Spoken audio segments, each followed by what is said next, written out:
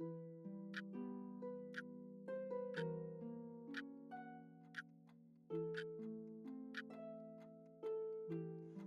the heart of Liverpool, where the city's ancient energies converged, a young John Lennon found himself inexplicably drawn to St. Peter's Church in Woolton. The church, standing at a crossroads of mystical ley lines, had long been whispered about in hushed tones, a place where the fabric between worlds seems thin. Liverpool, a city of music, mystery, and something more. Hidden beneath the streets lies an ancient network of ley lines, unseen forces that have shaped history in ways few understand. And on one fateful summer's day in 1957, two young musicians, John Lennon and Paul McCartney, met at St. Peter's Church. But was it pure chance or something far more supernatural? It was a warm July afternoon. The annual parish fete at St. Peter's Church was in full swing, music, laughter, and the smell of fresh scones in the air. Among the performers was a young John Lennon, rebellious, charismatic, and leading his band, the Quarrymen. But beneath their feet, something unseen pulsed. St. Peter's Church wasn't just any location. It sat upon one of Liverpool's most powerful ley lines, a place where energies converged. And near that stage, just steps away, lay a mysterious manhole. Among the festival goers was a boy with a guitar, Paul McCartney. He was there to see this Lennon kid play, but as he neared the stage, a chill ran down his spine. The warm summer air suddenly felt wrong. John and Paul were introduced by a mutual friend. In that instance, both John and Paul saw something impossible. Flashes of the future, roaring crowds, global fame, melodies that would echo through time. John stumbled back, gripping his head. Paul's eyes widened in shock. The vision started to fade. The moment passes and the fate continues, as if nothing had happened. John and Paul shared a look, something unspoken and something understood. The Swiss psychologist Carl Jung had once dreamed of a city he had never visited, Liverpool. In his dream, he saw a glowing pool of life at its centre, a place many believe was right here. Neither John or Paul ever spoke of it again, but from that day forward, fate seemed to guide them. The Beatles weren't just born from talent, but from something much older. Was their meeting just a coincidence, or did Liverpool's ancient energies bring them together, setting in motion the greatest musical revolution of all time? The ley lines beneath St. Peter's Church are said to be powerful, but power comes at a cost. Places that sit along these lines often experience strange phenomena, time slipping, ghostly visions, an unnatural sense of deja vu. The manhole cover at St. Peter's Church is rumoured to be the conveyance point of several ley lines, a focal point of energy. Some say John and Paul's meeting was fate, others say something older, something watching chose them.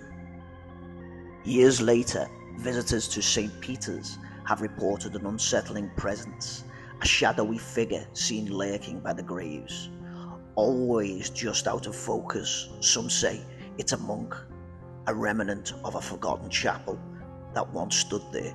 Others claim it's the Grey Lady that Paul had seen as a child, and it is said she was the inspiration behind the song Eleanor Rigby. One night, a local historian decided to investigate the ley lines running through the churchyard. Armed with dowsing rods, he walked between the graves, tracing the unseen paths of energy. The rods crossed violently near the manhole cover, as if repelled by something unseen. Then he heard it, a low hum like music drifting from another time. He turned around, but there was nothing. But he stepped back. His foot hit something soft. He looked down. The ground beneath him had sunken slightly, as if something beneath was shifting. He felt something on his shoulder and he ran for his life. To this day, musicians and ghost hunters alike are drawn to St. Peter's Church. Some seek the energy of the ley lines, hoping for inspiration. Others come looking for the spirits that wander between the gravestones. And some, just for a moment, swear they hear it. A guitar chord drifting from nowhere. A voice whispering a name. A song that hasn't been written yet, but always existed. Many claim to have seen ghosts among its weathered tombstones, shadows that flicker between the trees, a woman in grey standing at the church door. But in recent years, a different kind of apparition has been reported, the ghost of John Lennon. It was late one October evening when Mark Taylor, a Beatles fan from Manchester, decided to visit the church. He had always been fascinated by the story of how John and Paul met here, and as an amateur ghost hunter, he was drawn to the rumours of strange activity around the graveyard. He arrived just before midnight, armed with only his phone, a voice recorder, and a deep curiosity. The churchyard was silent, except for rustling leaves and the cold wind. He walked among the graves, pausing at Eleanor Rigby's tombstone, tracing his fingers over the graveyard letters. Then he heard a noise, a faint plucking of guitar strings. Mark froze. The sound was unmistakable, soft, distant, but clear. A few scattered notes, followed by silence. He turned, scanning the graveyard. There was no one else around. He whispered into his recorder, "If anyone's here, play another note." There was a long pause, then 3 soft, distinct chords. The opening to Imagine.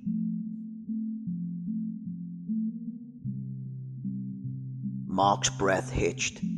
His hands trembled as he lifted his phone, recording the darkness. "Who are you?" he called. There was silence. Then a whisper, barely audible.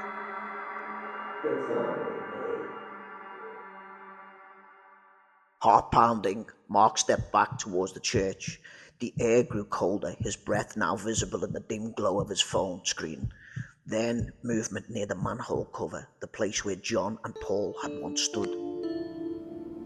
A shadow just at the edge of light. Tall, thin, unmistakable. A figure in a long coat, round glasses reflecting the moonlight. John Lennon. Mark gasped, but before he could speak, the figure raised the signal finger to his lips, a silent request for secrecy. Then, with a final lingering look, he turned, his form fading into the mist, dissolving as if he had never been there at all.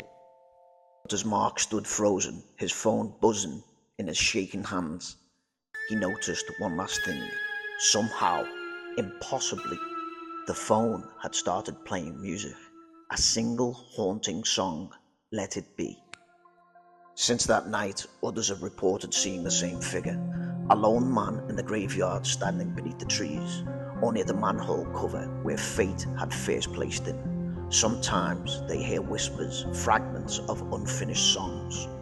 One visitor even swore they saw a message appear in the condensation of their car window after leaving the church. The dream is not over.